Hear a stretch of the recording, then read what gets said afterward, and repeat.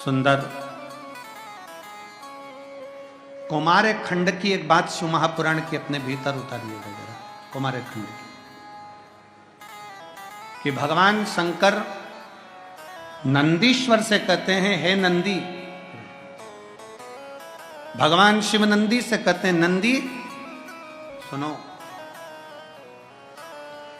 अगर कोई भूलवश शिवालय से आया है, भगवान शंकर के शिवालय से अगर वो आया है और शिवालय से आने वाला व्यक्ति अपने घर ना जाते हुए मान लो कि किसी दूसरे के घर में भी अगर प्रवेश कर जाता है तो शिवालय की रज जब उसके शरीर से लगकर जाती है तो उस घर का भी कल्याण कर देती है, जिस घर में वो प्रवेश करता है उसका भी कल्याण कर देती है।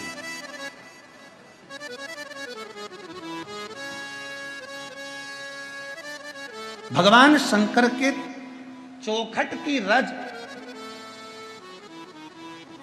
स्वयं भाग्य देवी जहां पर विराजमान है, स्वयं भाग्य माता जहां पर विराजमान है, वो साधारण वो साधारण जहां स्वयं भाग्य देवी बैठी हो, जहां स्वयं भाग्य माता बैठी। कृपा हो गई मेरे शिव शंकर की, ओगरदानी की, त्रिकालदर्शी, कैलाशी, अविनाशी मेरे शंकर की कृपा। क्या कृपा हुई? आज बेटा चौखट पर अपना मस्तक रख दिया।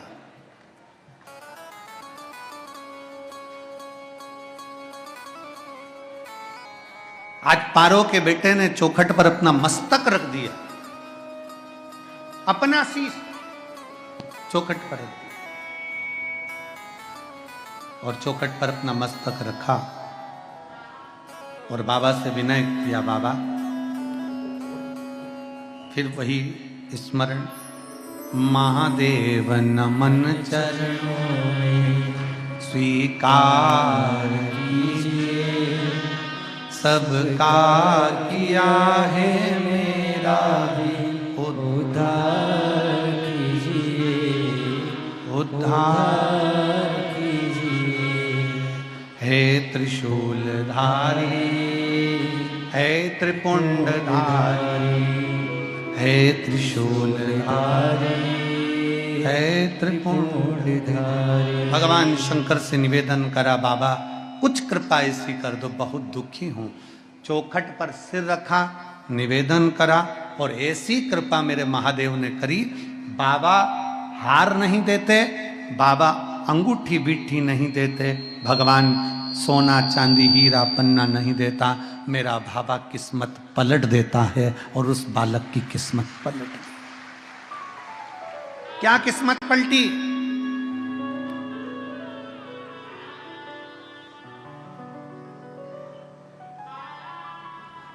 माता पारो ने कहा कि तुम जल ले जाओ, जरा वन से थोड़ी संविदा लकड़ी लेकर आओ। बेटा नसीब सिंह जल लेने के लिए, लकड़ी लेने के लिए गया। बीच मार्ग में जाते जाते उसने क्या देखा कि एक लकड़ी के एक डूंठ पर, वृक्ष की लकड़ी के डूंठ पर एक हार टंगा हुआ है। कौन सा हार था? जो मेरे भगवान विष्णु ने दिया था। किस्मत भाग्य में अगर लिख दिया मेरे ओघड़दानी ने तो गया हुआ भी वापस बुलवा लेता है। वो ओघड़दानी, वो विश्वनाथ, वो शंभु है। गया हुआ वापस ले आया। डूंठ पर टंगा हुआ हीरे का हार मिल गया, उतार लिया और आगे बढ़ा। क्या देखा कि एक मछली तड़प रही है।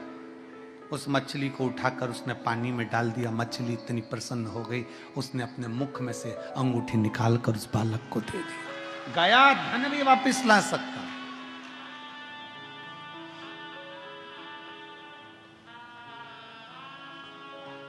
पहले हमने कथा में कहा है, आप लोगों ने सुना कि नहीं सुना हमको नहीं मालूम। स्मरण किया होगा कि शिव महापुराण में पहले वर्णन करा है कि शंकर जी पे चढ़ा हुआ जल लाकर अपने दरवाजे की चौखट पर छीटो। सुना था कि नहीं सुना था? जम के बोलो जरा। सबने सुना था ना कि अपने दरवाजे की चौखट पर छीटो, अपने दरवाजे के अंतर्गत छीटो। उसका कारण क्या था? उसका केवल एक कारण है कि भगवान शंकर पर चढ़ा हुआ जल अगर थोड़ी सी भी रज लगकर आ गई, भगवान शिव का चढ़ा हुआ जल अगर हमारी चौखट पर, दुकान पर आकर अगर छिटक दिया तो कुबेर का भंडार मेरा महादेव भर ही देगा। और तो और कितना सुंदर संवाद किया महाराज जी। प्रयास करिएगा जीवन में एक बार, बन सके,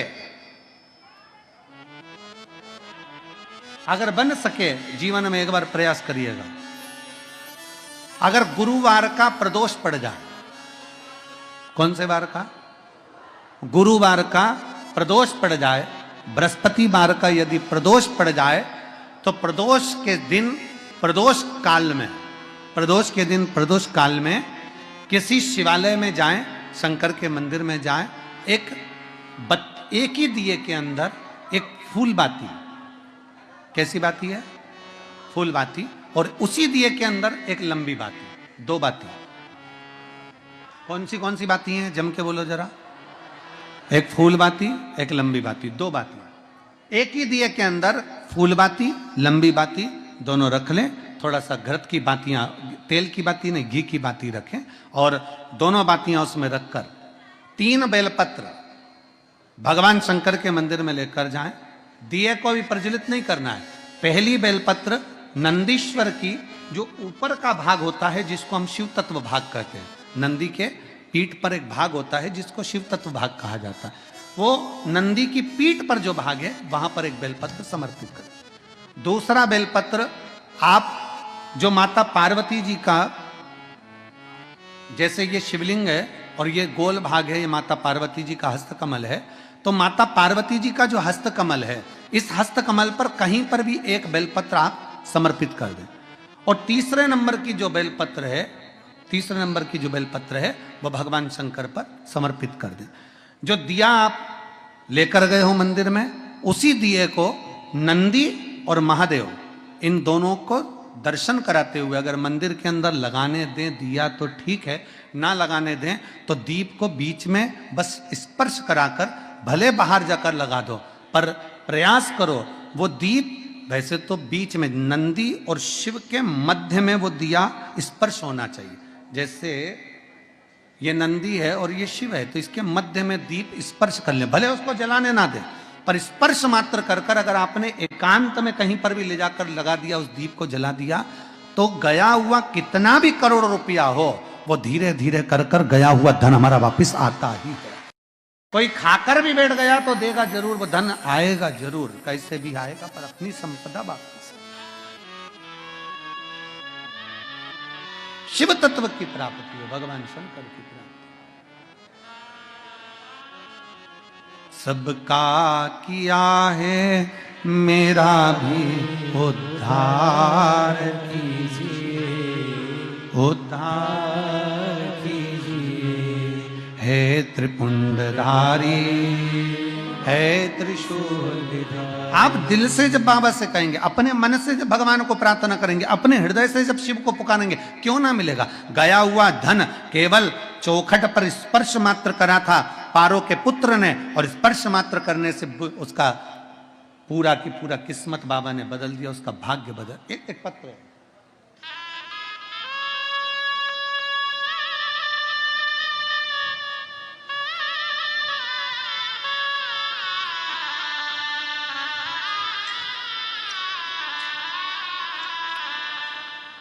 गुरुजी मेरा नाम अरुण कुमार झाम है। मेरा नाम अरुण कुमार झाम है। पत्नी का नाम पूनम झाम है। पत्र को आप लोग एलईडी पर, रास्ता चैनल पर पढ़ सकते हैं। पत्नी पूनम झाम। मेरा घर समस्तीपुर बिहार में है। कहीं बैठे हो तो हाथ हिला सकते हैं।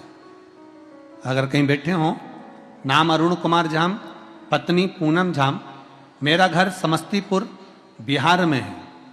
कहीं बैठे हो तो हाथ हिला सकते हैं, और अगर बैठे हो तो एक बेलपत्री लेने के लिए आ सकते हैं। मेरे बेटे का जन्म